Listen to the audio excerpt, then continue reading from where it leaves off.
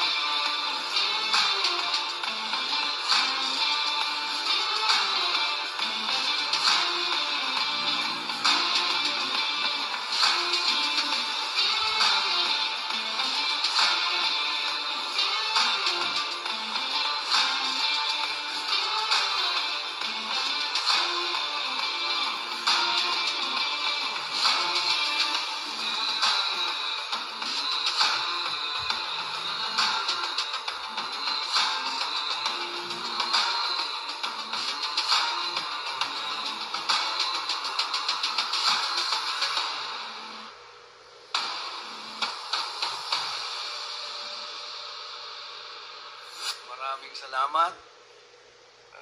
Okay. Nandito po ako to bring you good news. Sa kabila po lahat na nangyayari, ang gusto natin umpisa ng ating araw sa mga magagandang balita. Ito po ang mga nagagawa natin sa OWA, ang Overseas Workers Welfare Administration, of course with the DMW.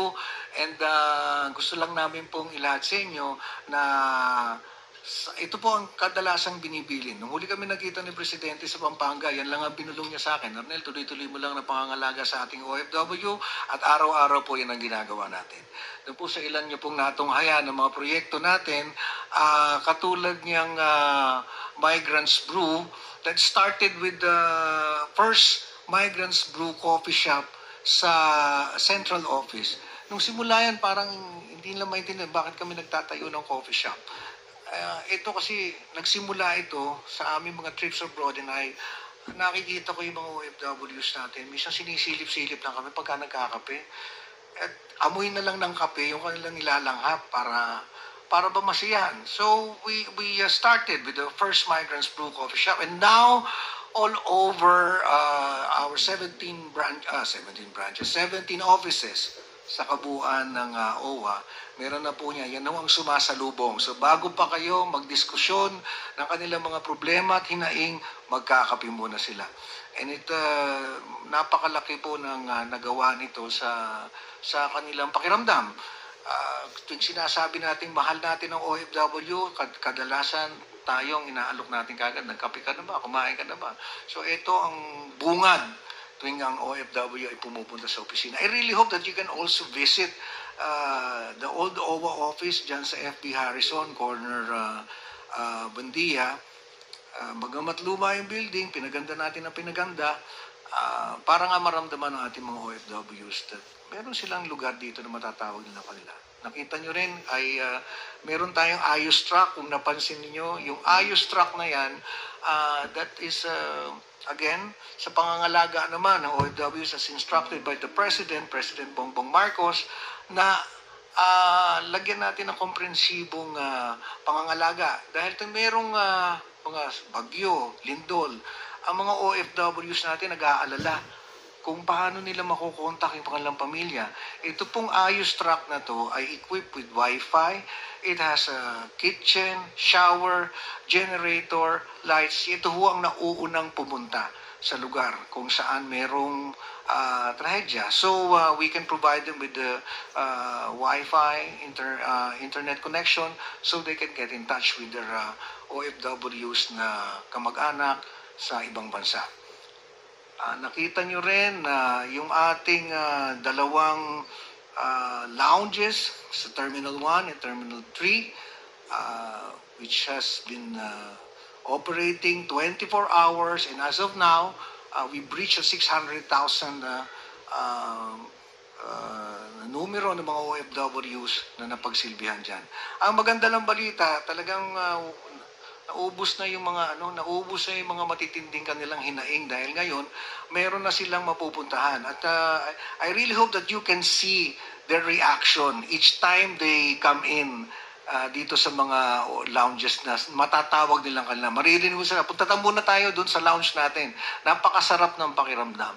At kung gusto nyo ng good news, ito hong emosyon na nararanasan namin araw-araw by serving the OFWs, napakasarap sa pakiramdam. Yung ding Seafarers Hub, for the first time, ang ating mga seafarers nagkaroon ng tambayan. For so many years, kumakanta pa ako sa library, way back 86. Hindi ko mapigil, sorry ha. Nakikita na natin ito mga seafarers sa katambay dyan sa Calao. And hindi lang hirap ng init, hindi lang hirap ng gutom, kung hindi naging lugar pa ito kung saan pumupunta yung mga ambulance chasers at kadalasan na napapapirma sila sa mga agreement na ipapanalo daw yung kaso na ending up wala sila nakukuha. So what did we do? Sabi ko lang, lagyan natin sila ng lugar na meron ng abogado, merong pagkain, may kape, naka-aircon, bukas na 24 oras. So kung meron tayong mga communication na kailangan ipatid sa kanila, meron din silang lugar. So ang ating unang-unang Seafarers Hub, nandyan sa Mabini, corner TM Calao, kung saan sila. And we are very, very happy and very glad and looking forward na after the President has signed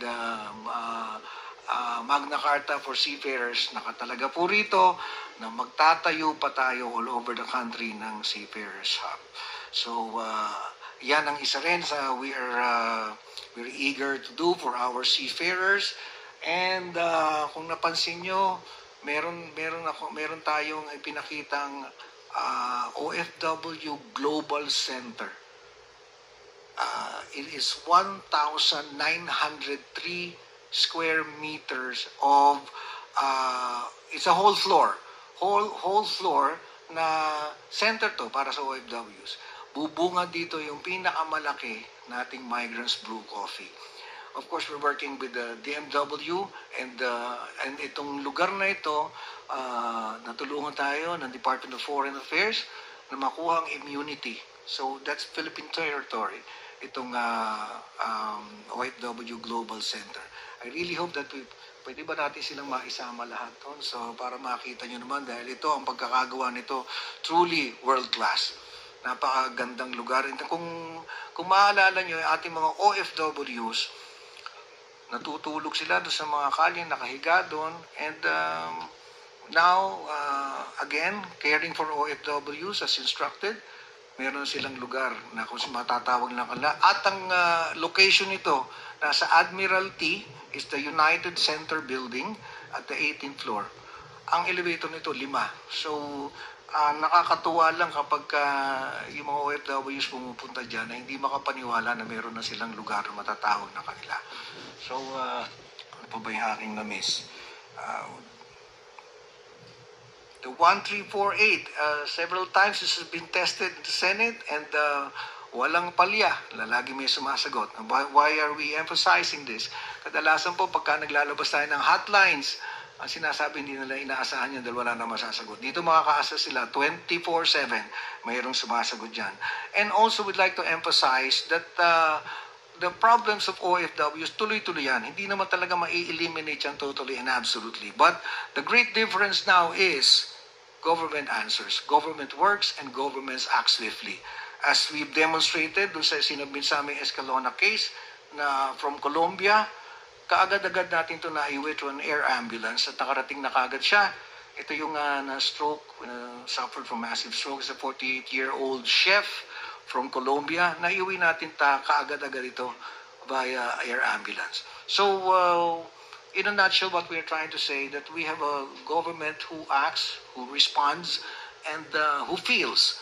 At kahit ano pa po ang nangyayari, paulit-ulit lamang kaming binibilina ng ating presidente, PBBM, alagaan mo yung mga OFWs. And that is what we're doing.